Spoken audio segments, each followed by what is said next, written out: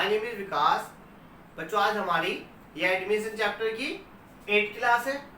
बच्चे इस क्लास के अंदर मैं आज आपको एक न्यू कॉन्सेप्ट पढ़ाऊंगा आपके चैप्टर का, जिसका नाम है revaluation of assets and reassessment of liability. बच्चे ये वाला कॉन्सेप्ट मैंने आपको इससे प्रीवियस चैप्टर में भी कराया था। कौन से वाले में? Change in profit sharing ratio में। ये डिक्टो उसी तरीके से है जैसे मैंने आपको वहां समझाया था। चलो जिस बच्चों ने वहां नहीं समझा वो यहाँ पे समझना। बच्चे सबसे पहली बात मैं बता रहा हूँ रिवैल्यूएशन ऑफ एसेट्स। तो जो ये वर्ड है रिवैल्यूएशन, इसका मतलब क्या था? रिवैल्यूएशन का मतलब क्या होता है? मींस बच्चे इसका मतलब होता है फाइंड आउट करना, पता लगाना, फाइंड आउट करना प्रेजेंट वैल्यू ऑफ एसेट्स। बच्चे प्रेजेंट वैल्यू क्या है हमारी एसेट्स की, उसको जानना कहलाता है रिवैल्यूएशन। समझ में? ऐसी लायबिलिटी की प्रेजेंट वैल्यू जानना कहलाता है रीअसेसमेंट। अब बच्चे एक चीज सुनना, जब भी हम एसेट्स का और लायबिलिटी का रिवैल्यूएशन एंड रीअसेसमेंट करते हैं तो हमारे सामने दो रिजल्ट निकल के आते हैं। बच्चे हमारे सामने क्या दो रिजल्ट आएंगे? जब मैं अपनी एसेट्स की वैल्यू फाइंड आउट कर रहा हूं तो मेरे सामने दो रिजल्ट आएंगे। या तो मेरी एसेट्स की वैल्यू मार्केट में बढ़ गई होगी या मेरी एसेट्स की मार्केट वैल्यू घट रही होगी। समझ में आई? मार्केट वैल्यू मेरी या तो एसेट्स की वैल्यू इंक्रीज हो गई होगी या मेरी एसेट्स की वैल्यू डिक्रीज हो रही होगी। ऐसी जब मैं अपनी लायबिलिटी की वैल्यू फाइंड आउट करता हूं तो इसके भी मेरे सामने दो रिजल्ट आएंगे। या तो मेरी लायबिलिटी इंक्रीज हो जाएगी या मेरी लायबिलिटी डिक्रीज हो जाएगी। समझ में आई बात या नहीं आई? तो एसेट्स और लायबिलिटी की वैल्यू में आने वाला इफेक्ट, बच्चे एसेट्स और लायबिलिटी की जो वैल्यू में इफेक्ट आएगा उस इफेक्ट को कंसीडर करा जाता है एक अकाउंट में, जिसका नाम है रिवैल्यूएशन अकाउंट। क्या होता है बच्चे? Revaluation account. क्लियर है पॉइंट या नहीं? बच्चे ये अकाउंट आपको बनाना सीखना है। वैसे मैंने आपको लास्ट टाइम भी सिखाया था, चलो एक बार फिर से बारीकी से समझाऊं, ध्यान से सुनना बस। रिवैल्यूएशन अकाउंट आपका मैंने बताया था 3 चैप्टर में बनेगा, एडमिशन के अंदर, रिटायरमेंट के अंदर, डेथ के अंदर और change in profit share ratio में तो पहले करा दिया। सही है? तो बच्चे ध्यान से सुनना, रिवैल्यूएशन अकाउंट के अंदर इस साइड, ये जो साइड है डेबिट साइड और ये है क्रेडिट साइड। बच्चे इस साइड में क्या आने वाला है? जो भी फर्म को लॉस होता है, जो भी फर्म के लॉस है वो सब इधर मेंशन किए जाएंगे। और जो भी फर्म के बेनिफिट होते हैं बच्चे, जो भी फर्म के बेनिफिट होते हैं वो इधर आएंगे। किसकी वजह से? जब भी हम एसेट्स और लायबिलिटी का रिवैल्यूएशन एंड रीअसेसमेंट करते हैं उस समय जो भी बेनिफिट होगा, जो भी लॉस होगा, वो हम कौन से अकाउंट में दिखाते हैं? रिवैल्यूएशन अकाउंट में। क्लियर है पॉइंट या नहीं? अब बच्चे मैं इस अकाउंट का फॉर्मेट बता रहा हूँ, समझना। पहले मैं आपको फॉर्मेट बता देता हूँ, फिर मैं आपको इसके सवाल करूंगा। सही है बच्चे? अब एक चीज बताओ, पहले एक चीज लेते हैं, एसेट्स लेते हैं। मेरी एसेट्स की मार्केट वैल्यू, मेरी एसेट्स की मार्केट वैल्यू बढ़ जाती है, मेरी एसेट्स की मार्केट वैल्यू क्या हो जाती है? इंक्रीज हो जाती है। तो बताओ मेरे लिए फायदा है या लॉस है? तो बच्चे वो मेरे लिए क्या बेनिफिट है? वो मेरे लिए क्या बेनिफिट? तो यहाँ आएगा। कहने का मतलब है जब भी हमारी कोई एसेट्स इंक्रीज होगी, जब भी हमारी कोई एसेट्स इंक्रीज होती है तो वो इस साइड में डिनोट की जाती है, इस साइड में शो की जाती है। और यदि हमारी एसेट्स की वैल्यू घट जाती है बच्चे, यदि हमारी एसेट्स की वैल्यू क्या हो जाती है? डिक्रीज हो जाती है, डिक्रीज इन एसेट्स, तो वो किधर आएगी? इधर। तो दो ही रिजल्ट आएंगे, एसेट्स या तो आपकी बढ़ जाएगी या एसेट्स आपकी घट जाएगी। जब भी आपकी एसेट्स की वैल्यू बढ़ जाती है तो वो इस साइड में शो कर देना, और एसेट की वैल्यू डिक्रीज हो जाती है तो वो इस साइड शो कर देना। बच्चे रिवैल्यूएशन अकाउंट में इन दोनों का इफेक्ट शो करना है, एक तो एसेट्स का और एक लायबिलिटी का। एंड और बच्चे इस साइड भी कुछ एक और आएगा, एक और इधर आएगा। ये बात समझ में आई? बच्चे अब हमारी लायबिलिटी क्या होती है? जब मैं अपनी लायबिलिटी फाइंड आउट करूंगा तो मेरी लायबिलिटी क्या हो सकती है? कम भी हो सकती है और बढ़ भी सकती है। सही है? यदि मेरी लायबिलिटी क्या हो जाती है, डिक्रीज हो जाती है, तो हमारे लिए क्या हो जाएगा, फायदा हो जाएगा। तो बच्चे जो भी हमारा बेनिफिट है वो इधर आएगा, डिक्रीज इन लायबिलिटी। यदि हमारी लायबिलिटी क्या होती है, डिक्रीज होती है, वो इस साइड शो की जाएगी।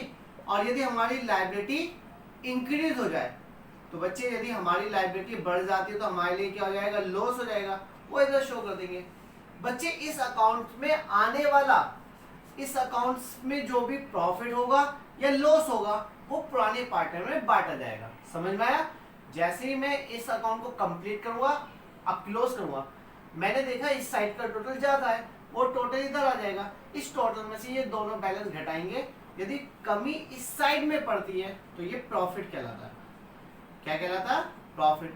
और जो भी प्रॉफिट होगा वो पार्टनर में ट्रांसफर है, profit transfer to capital account, वो हम पार्टनर में बांट देंगे, जैसे ए है, बी है, इनमें। समझ में आई बात या नहीं? ध्यान दो बताऊं बच्चे, ये तो था हमारा कॉन्सेप्ट। अब बच्चों मैं इसके क्वेश्चन कराता हूं, सभी बच्चे बुक्स ओपन करो जल्दी से फटाफट।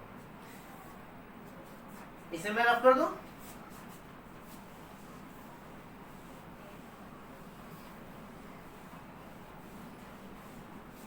सब बच्चे बुक्स ओपन करो जल्दी से।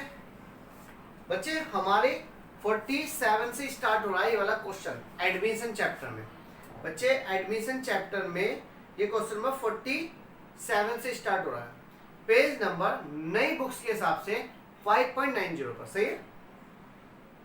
क्वेश्चन नंबर 47 में रीड करा रहा हूं, पहले रीड कराऊंगा, आपका ध्यान होने बिल्कुल एक एक वर्ड्स पर होना चाहिए बुक्स में, और जब मैं उसे सोल्व कराऊंगा आप पहले उसे समझना, फिर बाद में कॉपी करना। रीड करो, ध्यान से देख लो। चलो तो स्टार्ट। क्वेश्चन नंबर 47, पास करनी है entry in the firm journal. आपको फर्म के जर्नल में एंट्री बनानी है फॉर द फॉलोइंग, जो ये पॉइंट इनकी, on admission of a partner. Admission हो रहा है, जब भी कोई पार्टनर फर्म में आता है, जब भी कोई पार्टनर एडमिट होता है उस समय। सही है? तो point number first, machinery be reduce. बच्चे मशीनरी को रिड्यूस किया जाएगा बाय 16,000 रुपये। पहला पॉइंट क्या है, मशीनरी भी रिड्यूस की जाएगी बाय 16,000 से, एंड बिल्डिंग भी एप्रिशिएट की जाएगी बाय 40,000 रुपीज से। ज्यादा बात समझ आई? आगे पढ़ते हैं। A provision be created for doubtful debt at the rate of 5% of debtors amount to 80,000। तो डेप्टर्स के ऊपर प्रोविजन बनाना है। और थर्ड पॉइंट क्या कहता है, provision for warranty claim be increase. बच्चों इस क्वेश्चन में आपको करना क्या, पहले बताओ। इस क्वेश्चन की आपको जनरल एंट्री बनानी है। मैंने आपको एक बात बताई थी, जब भी आप जनरल एंट्री बना रहे हो, ध्यान रखना, जब भी आप जनरल एंट्री बना रहे हो तो दो रूल्स लिख देना। दो रूल्स कौन कौन से? ये वाले बहुत सिंपल वाले बता रहा हूं। चाहे ये एडमिशन में बना रहे हो, चाहे रिटायरमेंट में बना रहे हो, चाहे डेथ में, जब भी आप एंट्री बना रहे हो तो ये लिख लेना, लायबिलिटी या तो इंक्रीज हो रही है या डिक्रीज। जब जब इंक्रीज होती है तो इसे हम क्रेडिट में रिकॉर्ड करते हैं, और लायबिलिटी हमारी डिक्रीज होती है तो हम इसे डेबिट में रिकॉर्ड करते हैं। बच्चे दूसरा रूल मैंने आपको बताया था एसेट्स के लिए, क्योंकि बहुत बच्चे फिर कंफ्यूज होते हैं। जो बच्चे कंफ्यूज होते हैं उनके लिए ये, और जो बच्चे जानते हैं कि एसेट बढ़ती है तो क्या करते हैं, एसेट्स इंक्रीज होगी या डिक्रीज होगी। यदि आपकी एसेट्स इंक्रीज होगी तो डेबिट में, और डिक्रीज होगी तो क्रेडिट में। अब बच्चे क्वेश्चन स्टार्ट करते हैं। क्वेश्चन नंबर 47 का पहला पॉइंट मैं रीड कर रहा हूं और फिर मैं उसे सोल्व कर रहा हूं, तो सब बच्चे बुक्स में फोकस करना। गलती से पेज ही गायब हो गया, नहीं आ गई। चलो क्वेश्चन नंबर 47 का पहला पॉइंट, मशीनरी बी रिड्यूस। पहले बताओ मशीनरी क्या है, एसेट्स या लायबिलिटी? मशीनरी सभी बच्चों को पता है एसेट्स है। मशीनरी को बोला है बी रिड्यूस करना है, मशीनरी को घटाएंगे। जब घटाएंगे तो हम मशीनरी को किधर रिकॉर्ड करेंगे बच्चों, क्रेडिट साइड में। तो हमारी एंट्री बनेगी, ध्यान से सुनना।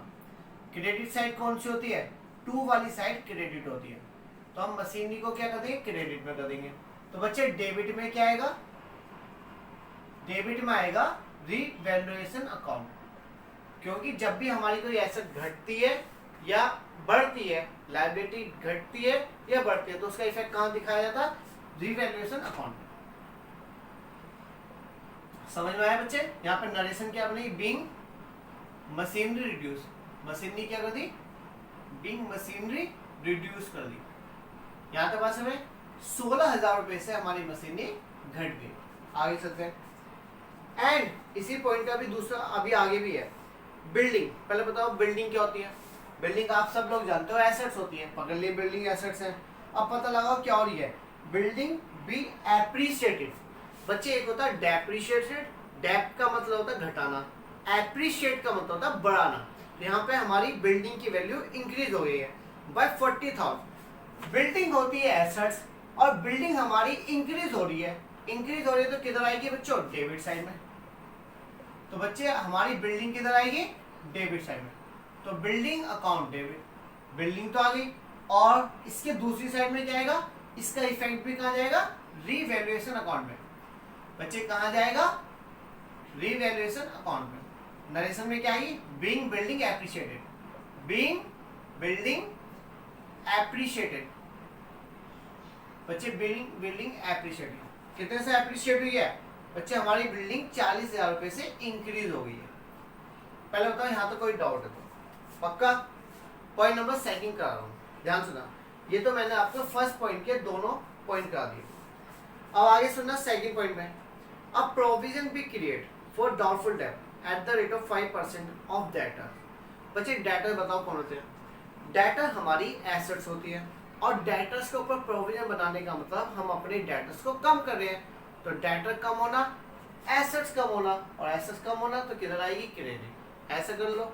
या मैं आपको एक बात बोलता हूँ, प्रोविजन क्या होती है, आपकी एक लायबिलिटी होती है। समझो प्रोविजन क्या होती है, एक लायबिलिटी। और लायबिलिटी जैसी आप क्रिएट करोगे तो आपकी लायबिलिटी इंक्रीज होगी, तो वो भी किधर है, क्रेडिट में। समझ में आया। जब भी डेटर्स के ऊपर प्रोविजन बनाए जाते हैं तो हमारी डेटर्स क्या होंगे, कम। तो समझो पॉइंट नंबर सेकंड में बच्चे हम डेटर्स के ऊपर प्रोविजन बना रहे हैं। डेटर होती है ऐसे, ऐसे घट रही है, घटती है तो क्लेम आएगी। तो किस नाम से है क्रेडिट में, प्रोविजन फॉर डाउटफुल डेट। ये तो आ गया। डेटर दे रखिए आपको 80,000 रुपए, कितने परसेंट बोला, 80 पर 5%। आपने 80,000 का माल उधार बेचा है तो उसके ऊपर 5% से प्रोविजन बनाना है। तो बच्चे प्रोविजन बनाएंगे तो डेबिट साइड में क्या आएगा, रीवैल्यूएशन अकाउंट। यहाँ तक बात समझ आई।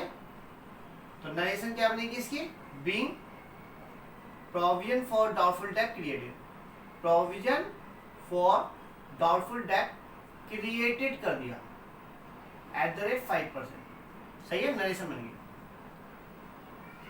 2 पॉइंट हो गए बच्चे, एक पॉइंट लास्ट रह रहा है इसमें, ध्यान से ना।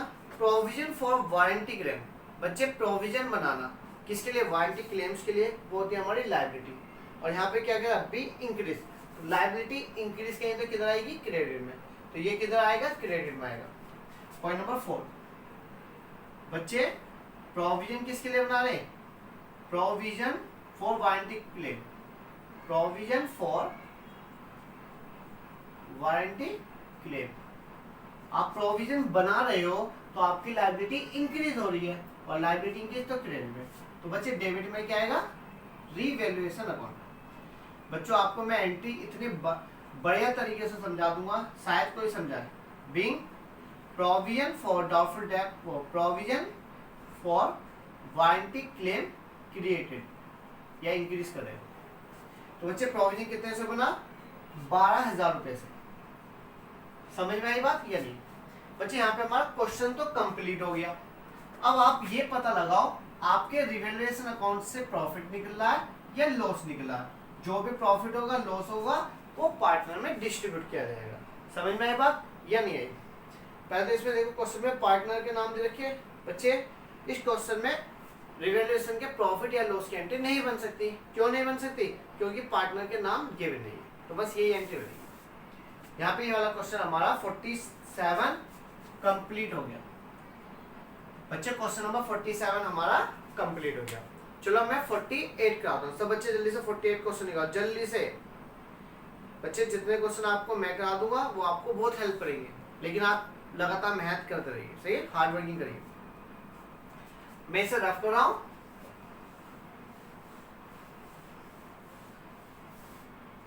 क्वेश्चन नंबर 48 रीड कर रहा हूँ, सब बच्चे फोकस करो बुक्स में। पास एंट्री इन फर्म जर्नल। बच्चों आपको फिर से क्या करना है, फर्म के जर्नल में एंट्री बनानी है for the following on admission of partner. Point number first unrecorded. अब बच्चे आपको एंट्री बनानी है तो डायरेक्ट बनाते हैं, एक एक पॉइंट पढ़ते हैं, साथ के साथ एंट्री भी बनाते हैं। क्वेश्चन नंबर 48 का पहला पॉइंट ध्यान से सुनना। अनरिकॉर्डेड बच्चे पहले मीनिंग समझा दो। अनरिकॉर्डेड का मतलब जानते हो जो रिकॉर्ड नहीं है। जब कोई चीज रिकॉर्ड नहीं है तो आप क्या करोगे, उसे रिकॉर्ड करोगे। तो यहाँ पे सुनना, अनरिकॉर्डेड इन्वेस्टमेंट ऑफ ₹20,000। बच्चे एक इन्वेस्टमेंट है 20,000 का, वो अनरिकॉर्ड है, आर टू बी अकाउंटेड। हम उसको क्या करेंगे, अकाउंटेड का मतलब होता है रिकॉर्ड करेंगे। समझ में आया पॉइंट? बच्चे हमारा एक इन्वेस्टमेंट था जो अनरिकॉर्ड था, जैसे ही पता चला कि हमारा इन्वेस्टमेंट रिकॉर्ड नहीं है तो हम उसे रिकॉर्ड करेंगे, तो ये हमारे लिए क्या होगा, बेनिफिट होगा। तो दूसरी बात, इन्वेस्टमेंट क्या होता है, एसेट्स। जैसे ही मैं इन्वेस्टमेंट को रिकॉर्ड करूंगा तो मेरी एसेट्स क्या हो जाएगी बच्चे, इंक्रीज हो जाएगी, और इंक्रीज हो जाएगी तो किधर आएगी, डेबिट में। तो मैं यहाँ क्या लिखूंगा, अनरिकॉर्डेड। अनरिकॉर्डेड इन्वेस्टमेंट तो डेबिट हो जाएगा, सही है। और क्रेडिट में क्या आएगा, इसका इफेक्ट कहां जाएगा, revaluation account. Being unrecorded investment recorded. Unrecorded investment जो हमने क्या कर दिया, unrecorded investment is now recorded, is now recorded कर दिया, हमने उसे रिकॉर्ड कर दिया। कितने का इन्वेस्टमेंट था बच्चे बताओगे आप, ये 20,000 रुपीज का था। दो गए बच्चे। पॉइंट नंबर सेकंड पढ़ना, अनरिकॉर्डेड लायबिलिटी। बच्चे अब लायबिलिटी की बात चलिए, अनरिकॉर्ड है, आगे पढ़ते हैं। इसमें क्या बोला, अनरिकॉर्डेड लायबिलिटी जो है कितने रुपए की है, towards supply for 5,000 is to be accounted. To be accounted का मतलब होता है उसे भी रिकॉर्ड करना है। एक लायबिलिटी में रिकॉर्ड करूंगा तो मेरी लायबिलिटी इंक्रीज होगी, और मेरी लायबिलिटी इंक्रीज होगी तो किधर बिठाऊंगा, उसे क्रेडिट साइड में। तो बच्चे सेकंड पॉइंट में क्या होगा, टू अनरिकॉर्डेड लायबिलिटी, जो अनरिकॉर्ड चल रही थी उसे रिकॉर्ड कराओ। अनरिकॉर्डेड लायबिलिटी क्या हो जाएगा बच्चे, क्रेडिट में आ जाएगा, तो डेबिट में क्या आएगा, रीवैल्यूएशन अकाउंट। क्योंकि जब भी कोई एसेट इंक्रीज होगी या डिक्रीज होगी उसका इफेक्ट कहाँ जाता है, रीवैल्यूएशन अकाउंट। तो बच्चे इसकी नरेशन क्या बनेगी, being unrecorded liability is now recorded. कितने रुपए की है बच्चे, 5,000। बच्चे मैं एक काम करता हूँ, मैं नरेशन नहीं बना रहा, आप लोग बना लेना क्योंकि टाइम लगता है। बच्चे अब नेक्स्ट पॉइंट पर आऊँ, एन आइटम्स ऑफ ₹1600। बच्चे ध्यान सुना, एन आइटम जो है ऑफ ₹1600 इंक्लूडेड है इन सन्ड्री क्रेडिटर। पहले बताओ सन्ड्री क्रेडिटर्स कौन होता है, सन्ड्री क्रेडिटर्स जानते हो कौन होता है, बताओ। सन्ड्री क्रेडिटर्स हमारी लायबिलिटी होती है। बच्चे सन्ड्री क्रेडिटर्स कौन होता है, हमारी लायबिलिटी, पक्का। आगे सुनना, is not like to be claim. तो बच्चे इसमें क्या बोला, जो sundry creditor is not like to be claim, तो बच्चे वो हमसे क्लेम नहीं करेंगे। जब कोई पर्सन मुझसे पैसा की डिमांड नहीं रखेगा तो सीधा सीधा मेरी एक लायबिलिटी क्या हो रही है, कम हो रही है। जब जब मेरी लायबिलिटी कम होती है तो किधर आती है बच्चे, वो डेबिट में। समझ में आई बात या नहीं। पॉइंट नंबर थर्ड, तो यहाँ पे हमारे सन्ड्री क्रेडिटर्स एक तरीके से क्या हो रहे हैं, रिड्यूस हो रहे हैं। तो सन्ड्री क्रेडिटर्स अकाउंट डेबिट, इसका इफेक्ट भी कहाँ जाएगा, revaluation account. Being sundry creditor reduce. कितने रुपए के क्रेडिटर घट गए बच्चे, हमारे क्रेडिटर डिक्रीज हुए थे 1600 से। बच्चे यहाँ पे ये भी हो गया। तो यहाँ पे हमारा क्वेश्चन नंबर 48 भी कंप्लीट हो गया। अब मैं क्वेश्चन नंबर 49 रीड करने वाला हूँ। सब बच्चे बुक्स में फोकस करो, इसे रफ कर दो बच्चों। समझ में आ भी रहा है, नहीं आ रहा, या मैं मेरी हार्ड वर्किंग में साइड खराब करवा रहे हो। चलो कोई नहीं, मैं तो मेहनत करने वाला हूँ बच्चों आपके साथ। क्वेश्चन नंबर 49 रीड करने वाला हूँ। सब बच्चे बुक्स में फोकस करना। X and Y are partner in a firm, share profit in the ratio 3:2। बच्चे ध्यान से सुनना, क्वेश्चन नंबर कौन सी की बात चले, 49। X और Y दो पार्टनर थे जिनका प्रॉफिट शेयर रेशियो क्या चल रहा था, 3:2। बच्चे इसके बाद आगे सुनना, दे एडमिट करते हैं Z as a partner and find. बच्चे वो क्या कहते हैं, found new profit share ratio. उनका जो न्यू प्रॉफिट शेयर रेशियो है वो कितना देते हैं, 3:2:1। एक्स वाई जेड का हमें न्यू रेशो मिल गया। न्यू रेशो कितना दिया? 3:2:1। चलो आगे पढ़ते हैं।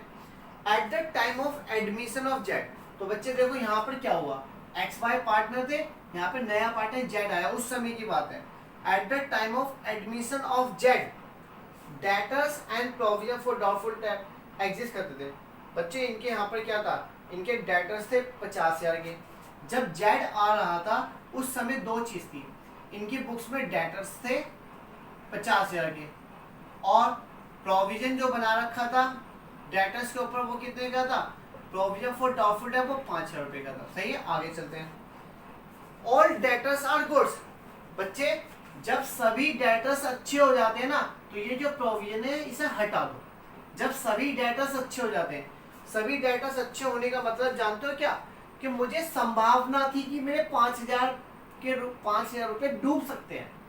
बच्चे जब मैं प्रोविजन बनाता हूं तो इसका मतलब होता है मैं अपने लिए लॉस बुक करता हूं। मुझे लग रहा था कि मेरे 5,000 रुपए डूब सकते हैं, इस 50,000 में से 5,000 डूब भी जाए तो भी मुझे 45 मिल जाएंगे। लेकिन बाद में मुझे पता चला कि सारे के सारे डेटर्स जो है अच्छे हो गए। All debtors are good. जब सभी डेटर्स अच्छे हो जाते हैं ना, तो ये जो प्रोविजन है इसे अपनी बुक से हटा दो। तो प्रोविजन क्या होती है, लायबिलिटी। लायबिलिटी हटाने का मतलब लायबिलिटी कम करना, कम करेंगे तो कितना आएगा बच्चे, डेबिट में। बच्चे इस पॉइंट में एक ही एंट्री बनेगी, क्या बनेगी, provision for doubtful date account debit. सही है, टू रीवैल्यूएशन अकाउंट। बच्चे टू रीवैल्यूएशन अकाउंट, क्लियर है या नहीं। 5,000 रुपए का हमें बेनिफिट हो गया फर्म को। क्यों हो गया, क्योंकि हम तो मान लें कि डूब जाएंगे, लेकिन क्या हुआ, बाद में पता चला सभी अच्छे थे, इन्होंने भी दे दिया पैसा। तो being provision for doubtful debt written back. यहाँ तक बात है भाई, ये तो हो गई हमारी पहली एंट्री। बच्चे इसमें और कोई एंट्री नहीं बनेगी, लेकिन एक बात ध्यान रखना, जो भी रिवैल्यूएशन का बैलेंस होता है उसे ट्रांसफर किया जाता है पार्टनर्स कैपिटल अकाउंट। इससे पहले वाले क्वेश्चनों में पार्टनर्स दिए ही नहीं थे, इस बार पार्टनर्स भी दे रखे, तो जो भी इसका बैलेंस है उसे वो पार्टनर में बांट दिया जाएगा। तो यहाँ पे ये क्रेडिट है, जब इस वाले अकाउंट का बैलेंस ट्रांसफर किया जाएगा तो ये डेबिट हो जाएगा। Revaluation account debit to partners कौन है, एक्स और Y, to X capital account और टू वाई कैपिटल। नरेशन क्या आपने ये पता है, being revaluation balance transfer to partner capital. सही है, तो बच्चे रिवैल्यूएशन का बैलेंस कितना था, 5,000 रुपए।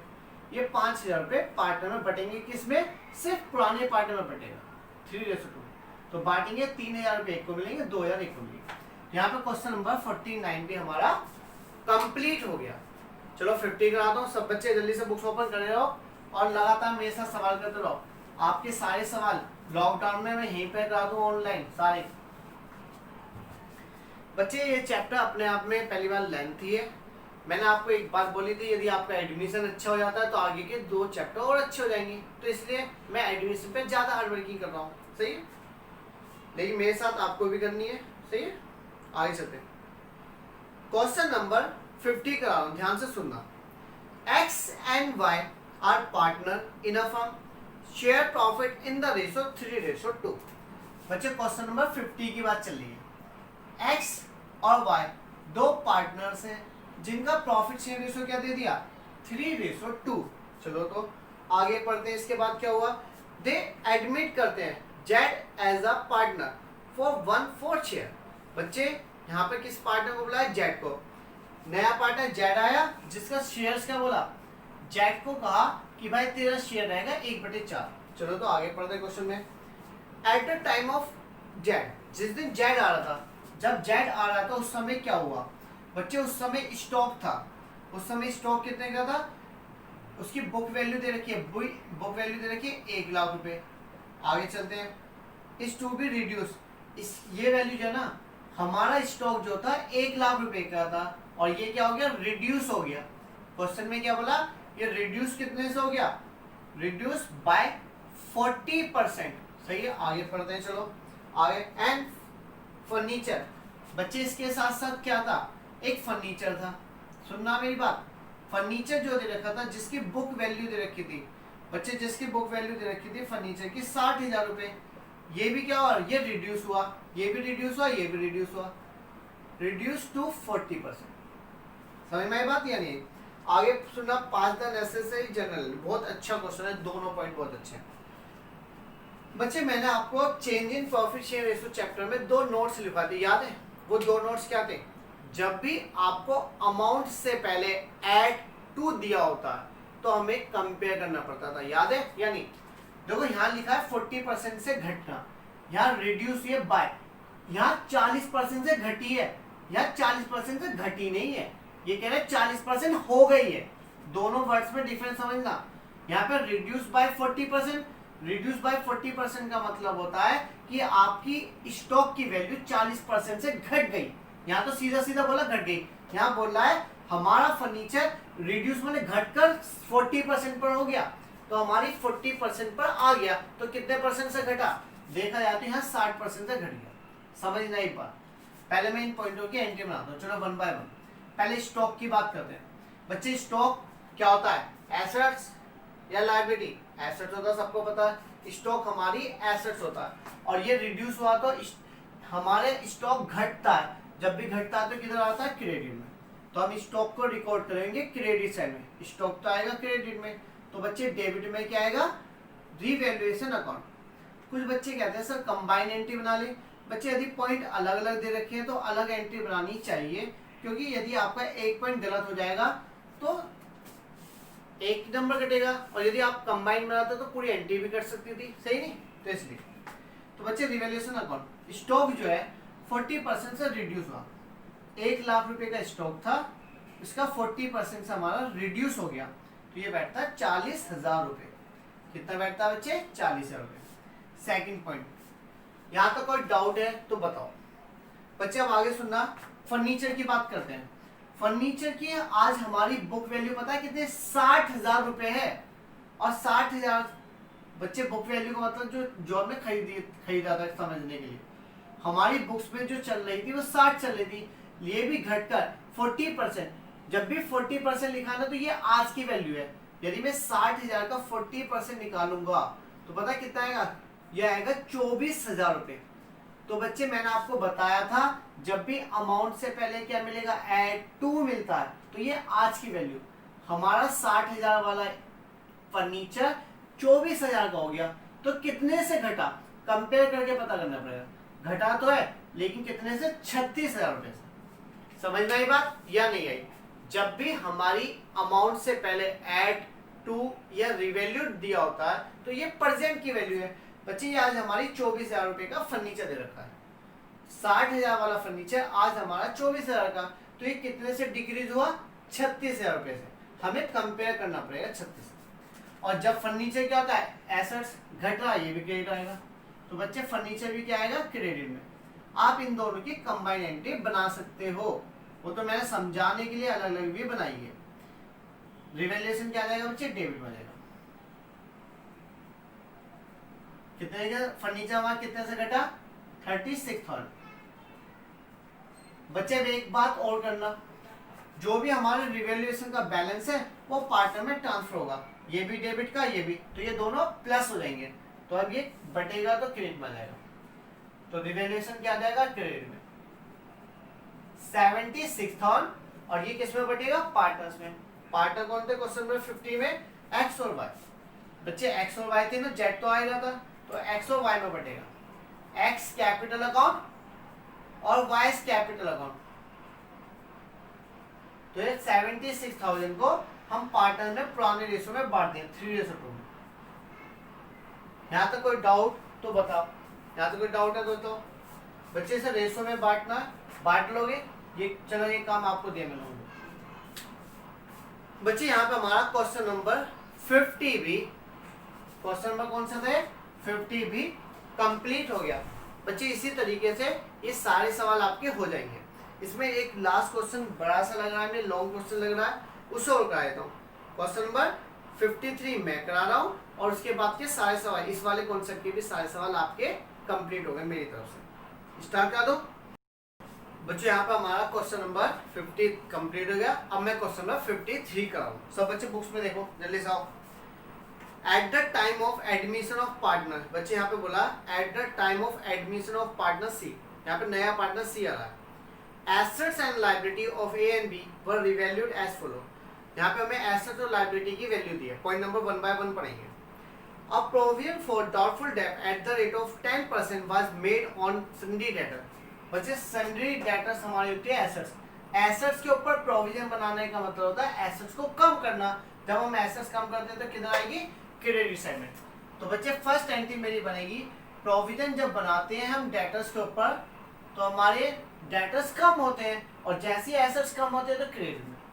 प्रोविजन फॉर डाउटफुल डेट, तो बच्चे डेबिट में ये आएगा क्या, revaluation account. Revaluation account debit to provision for doubtful. बच्चे मैं नरेशन नहीं बना रहा, कितने परसेंट से बनाना है, 10% से। हमारे डेटा दे रखे 50,000, उसका 10% से बनाएंगे तो 5,000 रुपीज। पहले बताओ यहाँ तो कोई डाउट। सेकंड, क्रेडिटर्स पहले बताओ क्या होता है। Point number second, B point में देखना, क्रेडिटर दे रखे। क्रेडिटर्स होती है लायबिलिटी, वो रिटर्न बैक का मतलब होता है कम करना। बच्चे जब लायबिलिटी कम की जाएगी तो किधर बिठाई जाएगी, डेबिट में। तो नेक्स्ट पॉइंट नंबर सेकंड की एंट्री बनेगी क्रेडिटर्स अकाउंट डेबिट, ये ए पॉइंट था और ये B point. Creditors account debit to revaluation account, क्या होगा बच्चे, टू रिवैल्यूएशन अकाउंट। यहाँ तो हो गया। हमारे क्रेडिटर कितने से कम हो रहे हैं, 5,000 रुपीज से। 2 पॉइंट नंबर सी पर आओ। चलो बिल्डिंग पहले बताओ, building assets, building was appreciated by 20%। Building जो होती है बच्चे ध्यान सुना, बिल्डिंग वाज एप्रिशिएटेड बाय 20%। तो आपको बिल्डिंग क्या करना है, बिल्डिंग एसेट्स है, इसे एप्रिशिएट का मतलब होता है इंक्रीज करना। जब आप अपनी एसेट्स को इंक्रीज करो तो किधर बैठा हो, डेबिट में। तो यहाँ पे पॉइंट नंबर सी की एंट्री क्या, आप बिल्डिंग को एप्रिशिएट करना चाहते हो तो बिल्डिंग अकाउंट डेबिट। तो 2 में क्या आएगा, revaluation account, to revaluation account. सही है बच्चे। तो पहले बिल्डिंग बताओ कितने की है, बिल्डिंग है 2 लाख की, और 2 लाख का 20% से एप्रिशिएट हो रही तो कितना है, 40,000 रुपीज। समझ में आ रही बच्चे। पॉइंट नंबर सी के बाद डी पर अनरिकॉर्डेड इन्वेस्टमेंट पहले भी कराया था बच्चे। अनरिकॉर्डेड इन्वेस्टमेंट है, जब कोई अनरिकॉर्ड है तो हम उसे रिकॉर्ड करेंगे। बस ये पता लगाओ ये क्या है। इन्वेस्टमेंट होती है एसेट्स, एसेट्स को रिकॉर्ड करना, एसेट्स इंक्रीज करना, और एसेट इंक्रीज करेंगे तो कितना आएगी, डेबिट में। तो बच्चे डी पॉइंट क्या आएगी, अनरिकॉर्डेड इन्वेस्टमेंट के नाम से डेबिट में। अनरिकॉर्डेड इन्वेस्टमेंट क्या हो जाएगा, unrecorded investment account debit to revaluation account,